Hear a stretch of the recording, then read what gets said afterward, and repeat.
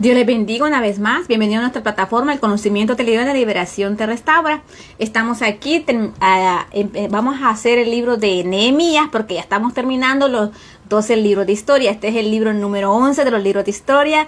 Acuérdense que ya leímos los 5 libros de la ley, hicimos el resumen de cada uno de ellos. Igualmente quiero dar gracias al Señor por cada una de las personas que a lo largo de este tiempo se han reconciliado, las personas que han aceptado al Señor, las personas que se han ido uniendo poco a poco, ¿verdad?, a la lectura de la palabra del Señor. Y luego, después de que leemos la Biblia, hacemos un pequeño resumen y cómo lo aplicamos en nuestra vida, cómo aplicamos esa historia en nuestra vida, cómo vamos conociendo a Dios a través de la palabra. Quiero leer unos versículos bíblicos que están aquí en el libro de San Mateo, capítulo 22, versículo 37, que dice así. Dice en el nombre de Jesús: amarás al Señor tu Dios con todo tu corazón y con toda tu alma y con toda tu mente. En el 38 dice: este es el primero y grande mandamiento, y el segundo es semejante: amarás a tu prójimo como a ti mismo. En el 40 dice: de estos dos mandamientos depende toda la ley y los profetas. Recordemos que a lo largo de estos libros de historia, a lo largo de los libros de ley, hemos venido viendo los mandamientos, los estatutos y los decretos que el Señor le ha dado al pueblo de Israel para que pueda vivir. O sea, es como una guía que el Señor le dio al pueblo de Israel para que pueda vivir una vida agradable en esta tierra, no solamente para que ellos vivieran bien como seres humanos, sino también para que vivieran bien conforme a la palabra del Señor. Sin más preámbulo, vamos a leer un poco, una pequeña introducción del libro de Nehemías. Y recordemos siempre que este es un breve resumen del libro de Nehemías y que la intención de nosotros que es que usted pueda leer la Biblia paso a paso más adelante. Después de que usted lee un libro de la Biblia, ya después viene y lo estudie ese libro de la Biblia, porque no es lo mismo leerlo que estudiarlo. Aquí lo estamos leyendo, hacemos el resumen y luego lo vamos a estudiar. El libro de Nehemías inicia 15 años después de que termine el libro de Esdras. Casi 100 años después de los primeros los primeros cautivos que regresaron a la tierra prometida. Alrededor de 150 años después de que la ciudad de Jerusalén fuera destruida. Después de este largo de tiempo, los muros de la ciudad de Jerusalén aún estaban en ruinas. Los ciudadanos de Jerusalén habían intentado reconstruir los muros, pero fallaron. Eso lo vamos a lo leímos o lo vimos en Esdras 4:6-23. Recordemos que en el libro de Esdras, a finales de Segunda de Crónica, leímos donde en los últimos reyes que hubieron, cómo se llevaron cautivos a Babilonia. En el libro de Esdras vimos cómo viene, ¿verdad?, Esdras a querer reconstruir el templo. O sea, reconstruyó el templo en el libro de Esdras. Aquí vamos a ver, se va a enfatizar un poco en los muros.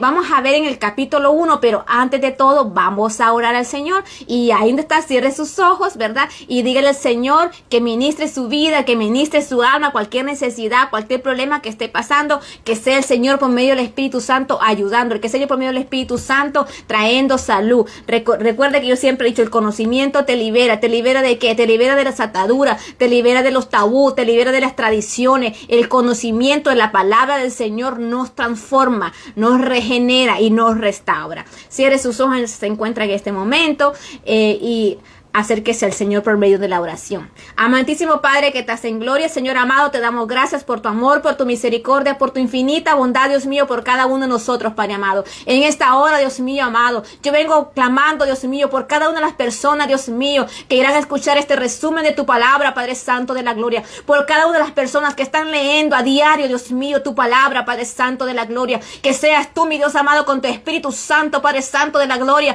trayendo renovación en sus mentes, Dios mío amado, en sus emociones, Dios mío amado, trayendo liberación, restauración emocional, restauración física, restauración espiritual, Jehová. Que seas tú por medio de tu palabra, rompiendo las cadenas, Jehová, rompiendo las ataduras, rompiendo todo yugo, Dios mío, quebrantando, Dios mío, todo lo que no es tuyo, Padre Santo de la gloria. Oh, Padre amado de la gloria, tu palabra trae libertad a nuestras vidas, Señor amado. Tu palabra, Dios mío amado, nos saca del error, Padre Santo. Tu palabra trae sanidad a nuestra alma, Señor amado de la gloria. Padre, en el nombre de Jesús, Dios mío, si alguien que está en una circunstancia difícil en este momento, Dios mío amado, y cierra sus ojos, está clamando a ti, Padre Santo, que seas tú escuchándole, Dios mío, que seas tú respondiéndole, Dios mío, que seas tú trayendo palabra de aliento, Dios mío, fortaleza su vida, Padre Santo, que seas tú, Dios mío, amado, restaurando ese hogar, restaurando esa familia, Dios mío, en el nombre de Jesús, por el poder de tu palabra, Padre Santo de la gloria, Padre, en el nombre de Jesús, por el poder de tu palabra, Dios mío, aquellas personas que están al punto del suicidio, Jehová, aquellas personas que han tomado malas decisiones, Dios mío, amado, y se encuentran entre la espada y la pared, Jehová de los ejércitos, que seas tú, Dios mío, trayendo luz al final del túnel, Jehová, que seas tú abriendo esa puerta, Dios mío, que se ve ahí solamente la figura, Padre Santo, pero no pueden abrir la puerta, pero tú eres esa llave, Señor amado, la palabra, Dios mío, es la llave, Dios mío, para poder abrir cualquier problema, cualquier circunstancia, para poder encontrar la salida, la solución, Dios mío, amado, en el nombre de Jesús, por el poder de tu palabra, Padre Santo de la gloria,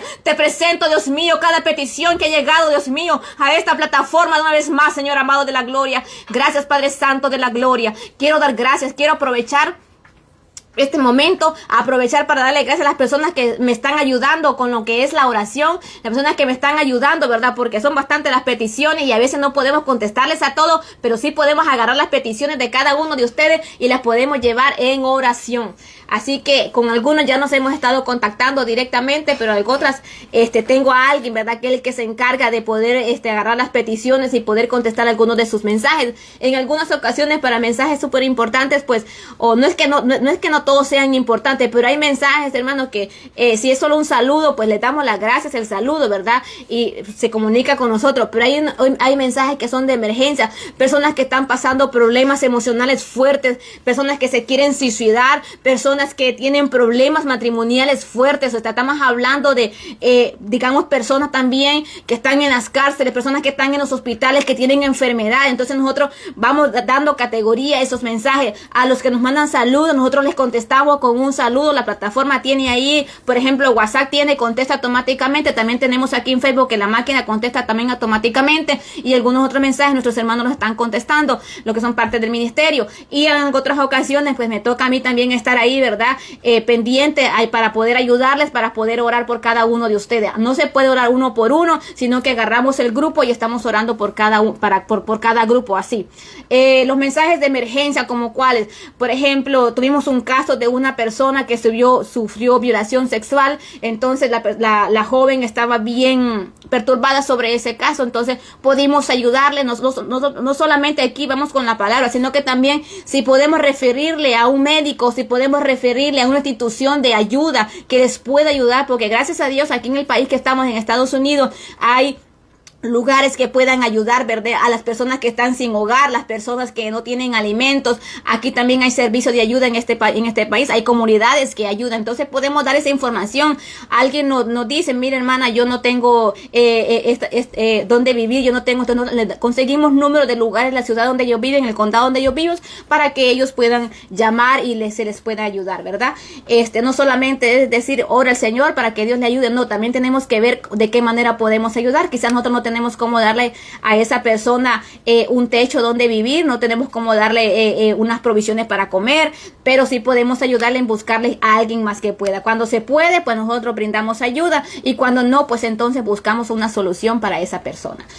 ¿Qué encontramos aquí en el libro de Nehemías? En el capítulo número 1, vamos a ver aquí una pequeña introducción. Dice, hace unos 1000 años después de Moisés y unos 400 años antes del nacimiento de Jesús, la nación de Israel y el pueblo judío estaban en un estado de desesperación. Recordemos, yo siempre que digo fechas así, son fechas porque algunos estudios, algunas personas que se han puesto a estudiar la historia, la década, todas estas cosas, entonces ellos dan una referencia de un dato quizás no exacto, porque recuerden, no estuvimos en esa época, pero dan una referencia según los escritos y las cosas que han ido encontrando. Pero al final yo siempre digo, bueno, lo más importante aquí es lo que la palabra me quiere hablar a mí. En el verso del 1 al 3 del capítulo 1 del libro de Nehemías, vemos aquí que Nehemías vivía en Susa, capital de Jerusalén, el remanente de los que quedaron de la cautividad allí. En la provincia, dice, estaban en gran mal y afrenta, dice, y el muro de Jerusalén derribado y sus puertas quemadas a fuego.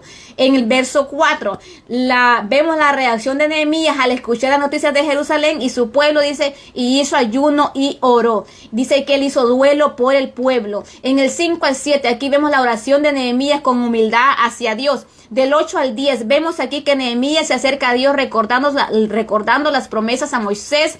11, Nehemías ora con un corazón listo para tomar acción sobre todo lo que le pediría al rey, pues él había tenido gracia ante el rey porque él era su copero. O sea, Nehemías se fue en oración al escuchar lo que estaba pasando con su pueblo.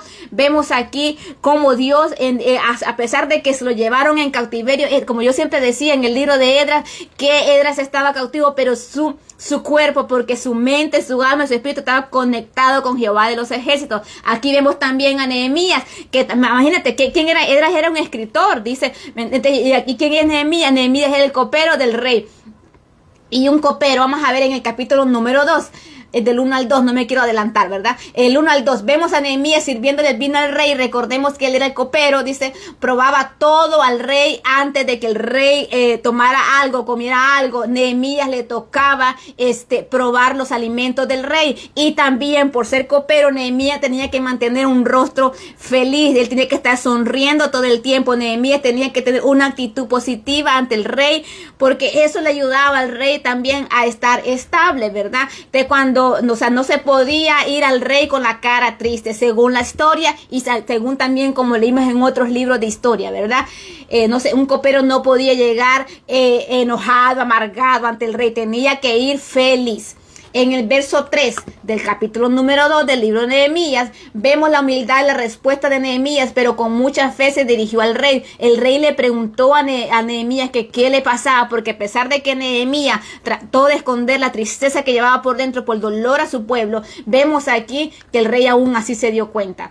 En el 4 al 8 vemos cómo se expresa al rey la petición que Nehemías llevaba en su alma. Él sabía y contaba con el respaldo de Dios. En el 9 al 10 vemos aquí que la llegada de Nehemías a Jerusalén y vemos la oposición de Sanballat y Tobías. El 11 al 16 vemos cómo Nehemías da un recorrido en secreto por Jerusalén y sus muros. 17 al 18, aquí Nehemías se reúne con los líderes de Jerusalén y les recuerda que es lo que está mal en Jerusalén y que es hora de reedificar el muro. 19, vemos al enemigo haciendo oposición y se levanta contra la obra de Dios. En el 20, vemos la respuesta de Nehemías a su oponente. Fue ignorándole y les dijo firmemente que Dios de los cielos nos prosperará.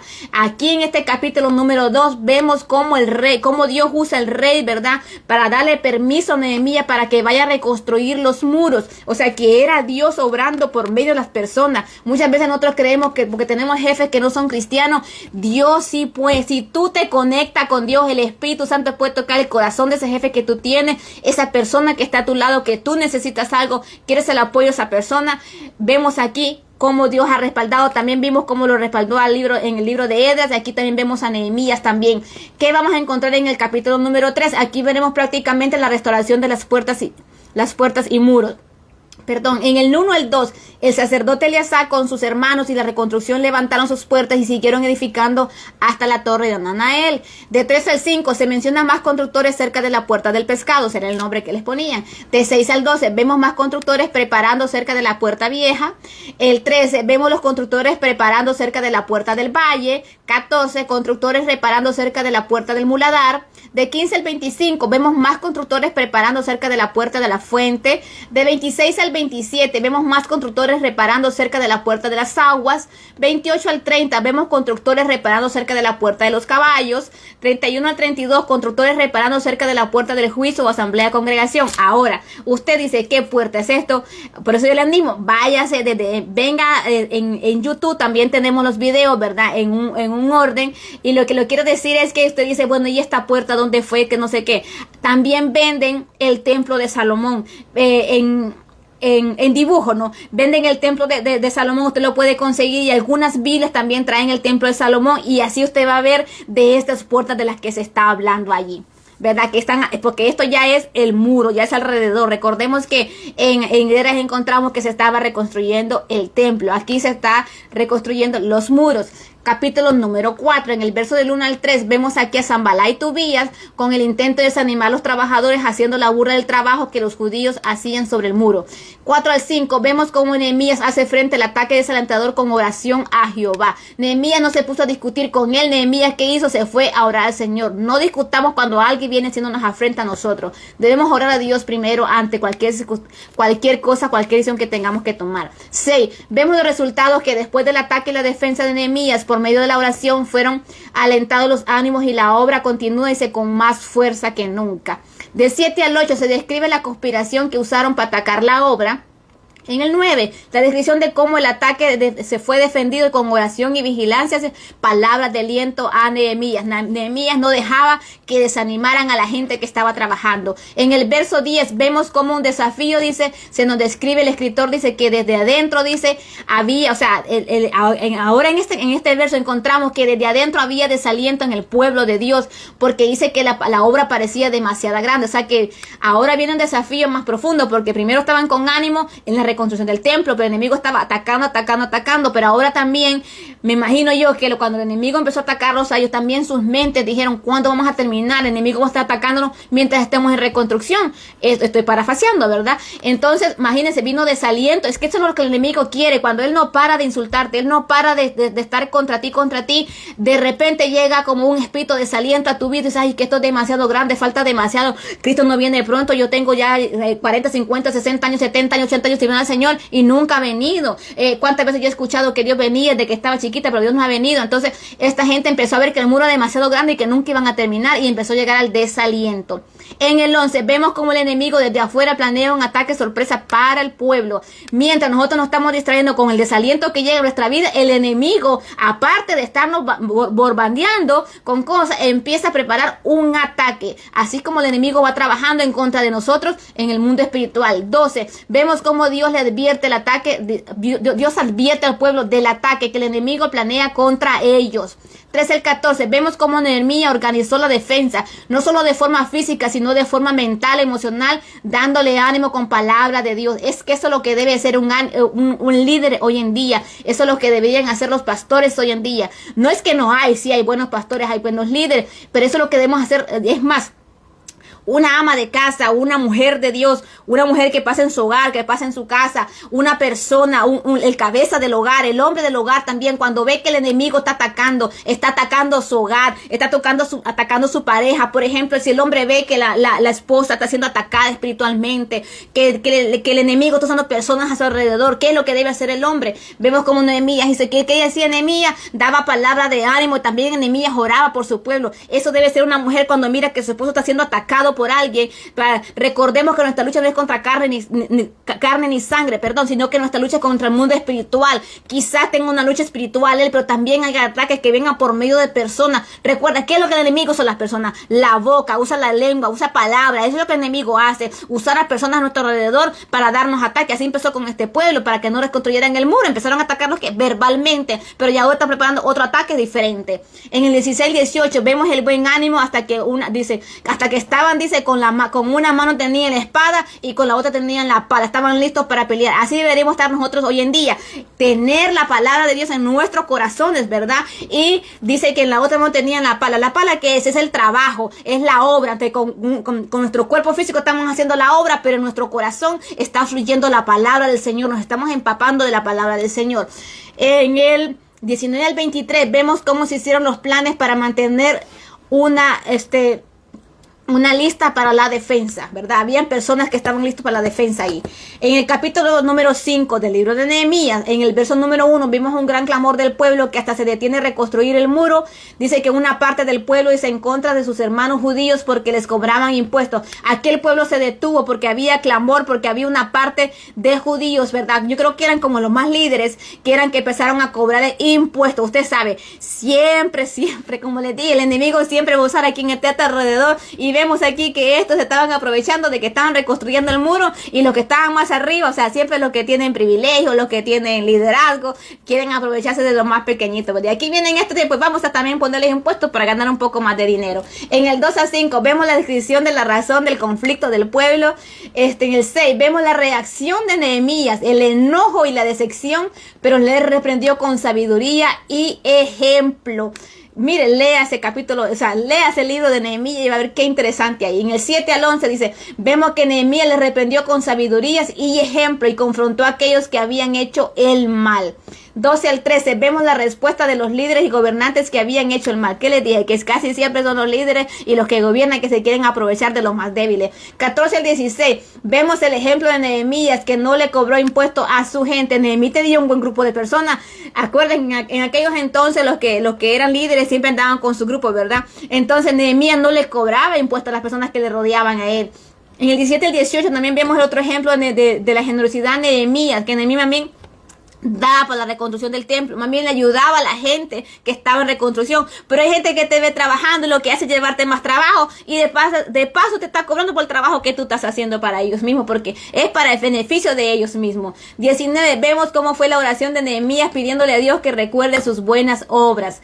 Capítulo 6, o sea, Nehemías tenía cómo llegarle al Señor, le decía: Señor, yo me he portado bien contigo. Si usted va y lee esa oración en el verso 19 del capítulo número 5, usted ve lo interesante es cuando nosotros sabemos y cuando estamos conectados con el Espíritu Santo, cómo podemos llegar al Señor y decir: Señor, pero yo he estado bien, yo he tratado de esforzarme, yo he tratado de vivir en santidad, Señor amado, yo he hecho lo correcto, yo no he reaccionado mal a las injurias, Señor amado, los chismes, a los ataques del enemigo. Yo aquí he estado rendido a tus pies. De cuando tenemos eso, ¿verdad? Como yo en el Señor: Señor, acuérdate, Señor amado, de tus buenas obras, ayúdame, Señor amado. En el capítulo número 6, del 1 al 4, ¿qué encontramos aquí? Vemos el lazo de amistad fingida del enemigo, pero no sabían que Nehemías estaba equipado con discernimiento. Vemos aquí, también lo vimos en Edras, que el enemigo se quiere apañar a nosotros cuando nos ve felices, cuando nos ve que estamos reconstruyendo nuestros muros, cuando nos estamos restaurando, cuando nos estamos levantando. No sé si han escuchado un dicho que dice que así como te ven, así te tratan, y otro dicho que cuánto tiene, cuánto vales. Bueno, aquí, para que usted vea que no solo en estos tiempos pasaba, también en aquellos tiempos pasaba. Y el enemigo, como le venía diciendo también, que el enemigo no te puede ver tranquilo, no te puede ver en paz, no te puede ver feliz. Él quiere verte destruido. De 5 al 9 vemos la sutileza de las calumnias del enemigo. O sea, que por un lado les hacía una cara y por atrás los estaba calumniando. En el 10-14 vemos como un falso profeta intenta causar miedo en Nehemías, pero vemos la reacción de Nehemías, que le dijo: un hombre como yo ha de oír teniendo a Dios de mi lado. Qué bueno es cuando a tiempo el Espíritu Santo viene y nos dice: ¿sabes qué? Si tú eres hijo de Dios, si tú sigues al Señor Jesucristo, si tú crees en la palabra del Señor, tú no puedes huir del ataque del enemigo, tú no puedes, tú tienes que enfrentar. Es más, si tú eres un hijo de Dios y fallaste, si tú eres una hija de Dios y fallaste, cometiste un pecado, cometiste un error, dijiste una palabra mala, te involucraste en un chisme, ¿qué es lo que hace un hijo de Dios? Viene, se pone bien los pantalones, se pone bien las faldas y dice: ok, yo cometí ese error, estoy arrepentido, pido perdón a las personas, pido disculpas a las personas. Porque hay gente que viene y nos insulta públicamente, pero en privado nos pide perdón, pero la discusión quedó en público. Si usted insulta en público, pida perdón en público. Si usted humilla en público, usted tiene que en público pedir disculpas, en público pedir perdón a la persona que usted ofendió. Ahora, si el problema entre ustedes no fue público, pues usted se va y acepta, porque eso es lo que hace. No, una persona de Dios no va y se esconde: ay, fallé, y ya se queda ahí. No, es de levantarse, es de restaurarse y seguir para adelante. Fallamos, ok, es hora de levantarnos. En el 15 al 16 vemos la descripción de cuando el muro era terminado, dice, en 52 días. Se cree que estas ruinas, dice, estaban más de 100 años. De 17 al 19, a pesar de los ataques del enemigo, vemos la obra terminada. A pesar de las amenazas, recordemos que no eran totalmente libres, seguían bajo un gobierno, pero les habían dado libertad para tener sus propias ciudades y ser libres hasta cierto punto. Como les digo, ya después lo mandaron para ahí, y o sea, aunque ellos eran libres hasta cierto punto, pero siempre había un rey que les cobraba, o sea, ellos pagaban impuestos a ese rey. Pero imagínense que dentro de, o sea, aparte que pagaban impuestos a ese rey que les gobernaba a ellos, los mismos líderes de ahí les querían cobrar también impuestos a los pobres que estaban ahí. Capítulo número 7, en el verso 1 al 2, aquí Nehemías asigna vigilantes para el muro. Aquí vemos el nombramiento de Ananías como jefes.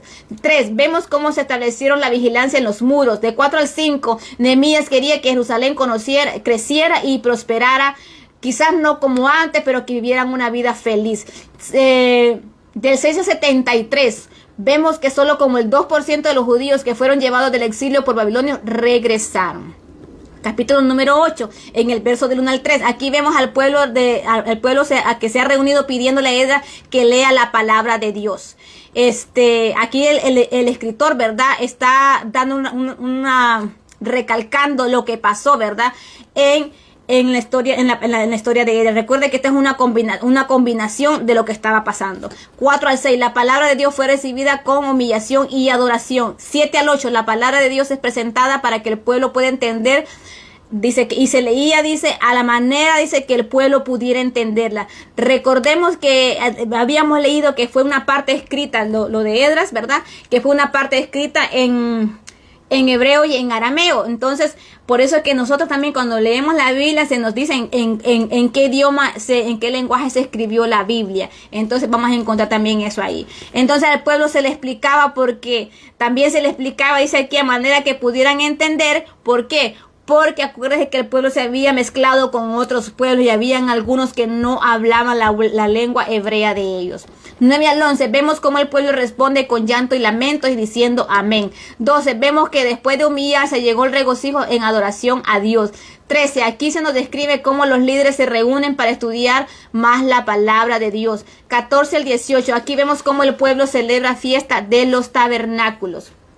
Allá vimos, ¿verdad? En Esdras vimos cómo también celebraron la fiesta, ¿verdad? Por primera vez unidos todos ahí. En el capítulo número 9, en el verso del 1 al 2, después del arrepentimiento llegan las decisiones de hacer los cambios en nuestras vidas. Vemos la asamblea general en ayuno y oración. 3, vemos esta asamblea listos para escuchar la palabra de Dios y seguir adorándole. 4 al 5, vemos los líderes dirigiendo toda la congregación sin duda. Algunos, dice, primero dieron el ejemplo y luego sugieren, dice, al pueblo hacer los mismos. 6. Vemos aquí una exclamación de alabanza, dice, alabanzas a Dios de toda la creación. De 7 al 8, siguen las alabanzas a Dios que escogió a Abraham e hizo un pacto con él y sus descendientes. El 9 al 15 continuaban las alabanzas, dice, al Dios que liberó a Israel de Egipto y les proveyó en el desierto. De 16 al 17, vemos cómo el pueblo acepta su pecadora respuesta hacia la bondad de Dios. O sea, el pueblo acepta que habían pecado, ¿verdad?, a pesar de la gracia y misericordia de Dios. 18 al 21, aquí se describe cómo Dios les había demostrado su gracia para un pueblo que había sido rebelde, cuando hicieron, dice, las estatuas y los dioses en aquel entonces. 22 al 31, aquí se menciona el ciclo de la relación de Israel con Dios, dice, subidas y bajadas espirituales. 32 al 37, vemos la súplica a Dios por intervención.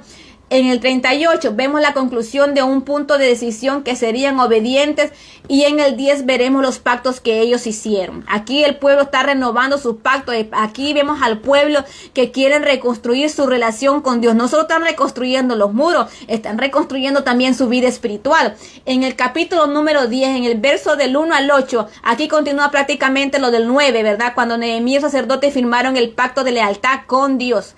Su compromiso fue con Dios, no con los hombres. De 9 al 13 vemos los levitas que firmaron el pacto. 14 al 27 vemos los líderes cívicos que firmaron el pacto. De 28 al 29 vemos que hicieron la recepción del pacto con Dios. 30, vemos aquí cuál fue aquí la primera área de decisión. Seremos fieles a Dios en lo que refiere a nuestras relaciones románticas, o sea que no estarían en yugo desigual. Desde ellos se casarían con los de su propio pueblo. 31, la segunda área de decisión, seremos fieles a Dios en lo que respecta a hacer negocios, no robar, no balanza falsa, no estafar con intereses, etcétera. O sea, aquí están hablando sobre los estatutos y los decretos. 32 al 39, la tercera área de decisión que ellos tomaron en ese pacto fueron serles fieles a Dios en lo que respecta a apoyar la obra de Dios.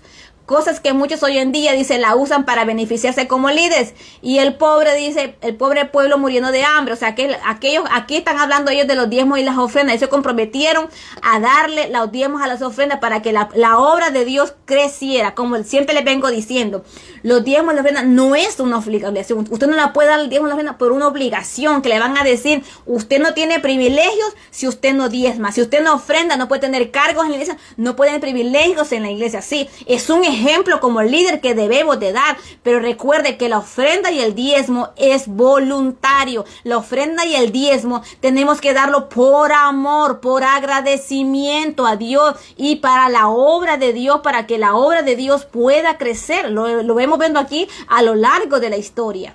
Y usted me dice, que era más para el Antiguo Testamento, ok, pero en el Nuevo Testamento también se habla sobre eso. Pero lo que les quiero decir es que no es obligación, sino que es voluntario, se da por amor a las almas, por amor a que ayuden a las personas que están necesitadas, por amor a que se pague el templo donde usted se congrega, por amor a que compren los micrófonos, por amor a que compren las cosas que necesitan en el templo, para las sillas, para las carpetas, o sea, lo que se necesita en el templo, y para ayudar cuando una familia cae en decadencia. Para eso son las ofrendas y los diezmos. En el capítulo número 11, aquí iniciamos con los que vivirán fuera de Jerusalén, también que vendrían 1 de cada 10 a morar a Jerusalén. Habían personas que vivían fuera de la ciudad de Jerusalén, pero para poder estar ahí en contacto, dice que 1 de cada 10 vendría a vivir a Jerusalén, para que el pueblo donde están pudiera seguir creciendo. Vemos cómo en el verso número 2 del capítulo número 11, vemos cómo bendijeron a los ciudadanos de Jerusalén, de 3 al 24, vemos una lista de líderes que vivían en Jerusalén, de 25 al 36, vemos el nombre de las tierras de los pueblos judíos a lo largo de toda Judea. En el capítulo número 12, en el verso del 1 al 11, ¿verdad? Vemos los nombres de los sacerdotes y levitas en los días de Zorobabel, el sumo sacerdote. Hay una lista grande ahí que podemos leerla. Del 12 al 21, otra lista sacerdotal en los días de Joacín. Del 22 al 26, vemos listas de levitas durante el reinado de Darío, el persa. De 27 al 29, vemos cómo reunieron a los levitas para la ceremonia de dedicación. En el 30, vemos la purificación que se hizo para todo el pueblo, no solamente los líderes. 31 al 43, vemos a 2 coros dirigir a Jerusalén en una gozosa alabanza. 44 al 47, vemos cómo se les da porciones para los sacerdotes. El pueblo se volvió dadivoso. ¿Qué encontramos en el capítulo número 13 del libro de Nehemías? Vemos aquí que Nehemías leyó el libro de la ley, y vemos la reacción del pueblo al escuchar la ley, y dice que trajo llamado a la obediencia. Vemos aquí en el verso 3 cómo después de escuchar la orden de Dios, Israel obedece y dice que separa a los mezclados de los extranjeros. 4 al 9, vemos cómo se describen las reformas del templo. 10 al 14, vemos las reformas financieras. 15 al 22, vemos las reformas de prioridades. 23 al 31, vemos la reforma de relaciones, los que se casaron con personas no judías, y algunos ni hablaban ni la lengua del pueblo de Israel. Vemos que dice Nehemías que se enojó y les exhortó a no seguir buscando mujeres extranjeras. 31, vemos aquí la conclusión, que como Nehemías cierra esta descripción diciendo con la conciencia limpia, diciéndole a Dios, acuérdate Señor de mí, escucha mi oración y escucha a este pueblo. Vemos aquí como Nehemías también, igual que Esdras, se acercaba, ¿verdad?, a Dios. Eran hombres que, como les dije, habían estado cautivos su cuerpo físico, pero su mente, su creencia, lo que ellos creían en Dios, no negaron su fe a su Dios. Vamos a ver cómo aplicamos esto a nuestra vida. ¿Cómo puedo aplicar esta historia a mi vida? ¿Cómo puedo aplicar lo que pasó en el libro de Nehemías, lo que me escribe el escritor aquí? Nehemías era contemporáneo de Esdras, fue el complemento el uno del otro. Nehemías era copero del rey, su función era probar el vino si estaba envenenado. Dice que era un trabajo de vida o muerte el que tenía Nehemías. También Nehemías llevaba en su corazón el deseo que debería ser terminado y que el muro debería terminarse, y que eso determinaba, dice, que la ciudad estuviera bien, que tuviera buen ánimo. Dice que era importante que el muro estuviera levantado, porque esa era la defensa con su pueblo. Dice que si el muro estaba destruido, así también el pueblo estaría hablando en términos emocionales. Dice que estar triste ante el rey era digno de muerte, y Nehemías tenía temor, y así era su carga por Israel que se notaba, y puso hasta en peligro su propia vida. Hay líderes, ¿verdad?, que muchas veces están con nosotros ahí, que nos están ayudando. Miremos aquí tanto a Esdras como a Nehemías, ¿verdad? Vemos cómo estas personas aquí tenían ese amor profundo por el pueblo, ese liderazgo por el pueblo, ese deseo que el pueblo se levantara, que el pueblo estuviera bien. Así mismo hay muchos líderes hoy en día, pero desafortunadamente cuando hay buenos líderes, el pueblo no apoya a esos líderes, porque nos encanta ir de aquel que solamente toca nuestras emociones, pero no toca nuestra vida espiritual, no da una reforma en nuestra vida. Aquí vemos que estos hombres no iban a hablarles con palmaditas a este pueblo, a decirles, ay sí, pobrecito. No. Estos llevaban la palabra de Dios, porque la palabra de Dios es la que trae libertad. 3 cosas que encontramos aquí en el libro de Nehemías. La primera palabra, renovación. Mientras la reconstrucción de las paredes de Jerusalén era el reto material obvio que enfrentaba Nehemías, el restablecimiento del compromiso de los judíos con Dios y la ley de Moisés era la principal preocupación espiritual. Y vemos aquí que ellos confesaron sus pecados delante de Dios. O sea que Nehemías logró 2 cosas: la reconstrucción del muro, y vemos aquí también que le confesaron sus pecados y decidieron estar bien. Vamos a otra palabra que encontramos aquí clave, es la oración. Dice que la oración es esencial para cualquier obra de Dios. Nehemías fue un líder modelo que iniciaba sus planes no solo después de construir la obra de Dios, sino que era un hombre también de oración. Vamos también, la otra palabra que encontramos aquí es oposición. En la tarea de Nehemías de reconstruir las paredes de Jerusalén se enfrentó con una gran resistencia, la cual fue vencida con la ayuda de Dios. Si el enemigo viene y no quiere que tú renueves tu vida, ya sabes lo que tienes que hacer: la palabra de Dios. Si el enemigo sigue insistiendo, ¿verdad?, trayéndote desánimo, ¿qué tienes que hacer? En oración. Si el enemigo trae oposición, ¿cómo va a ser ayuda? Con el poder divino de Dios. Todos nosotros debemos cerrar todo aquello que permite que el enemigo tome ventaja sobre nuestras vidas. Vamos a ver algunas palabras que encontramos, amén, aquí, más palabritas que encontramos aquí en el libro de Nehemías, que es muro, puerta, edificar, levantar, reparar, ordenar, mandar, delegar, mandamientos, preceptos, estatutos, decretos y leyes. Estas son palabras importantes que encontramos en este libro. Usted dice, ¿qué muro tengo que levantar yo? Pregúntate qué muro tú has dejado que el enemigo destruya. ¿Qué puertas tú has abierto? ¿Qué es lo que tienes que edificar en tu vida? ¿Qué es lo que tienes que levantar en tu vida? ¿Qué hay que reparar en tu vida? ¿Qué hay que ordenar en tu casa? ¿Qué hay que ordenar en tu vida espiritual? Y recuerda, no solamente tu vida, sino que también tu casa, tu hogar, tus relaciones, ¿verdad? Mandar, delegar, enseñar a nuestra casa. Mandamientos. ¿Dónde encontramos los mandamientos, los preceptos, los estatutos y los decretos? ¿Dónde lo encontramos? En la palabra del Señor. Todo esto lo encontramos aquí. Quizás no lo vamos a vivir porque nadie, hasta la fecha de hoy, nadie vivió, ¿verdad?, esto.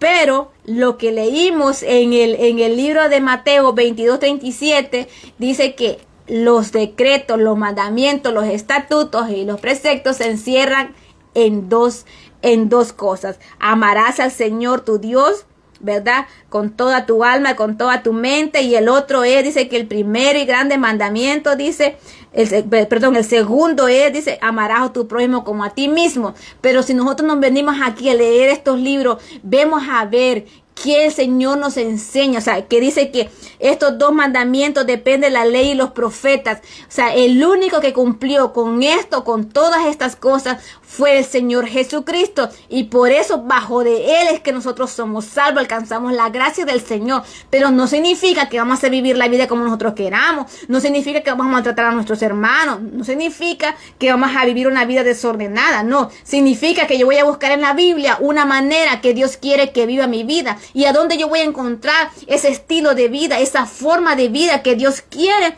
que yo, como su hija, como su discípulo, como Dios quiere que yo viva. Entonces yo me voy leyendo la historia, que es lo que Él le pedía al pueblo. Quizás no me voy a ir a guardar todos los días sábados, pero puedo escoger un día para guardarle al Señor. Puedo escoger un día para dedicarme al Señor, a la obra del Señor. Quizás no voy a obedecer los 10 mandamientos, porque imagínense, nadie, hasta ahorita en todo el libro de historia, nadie los ha cumplido. Solamente los cumplió. Pero ¿qué tengo que hacer yo?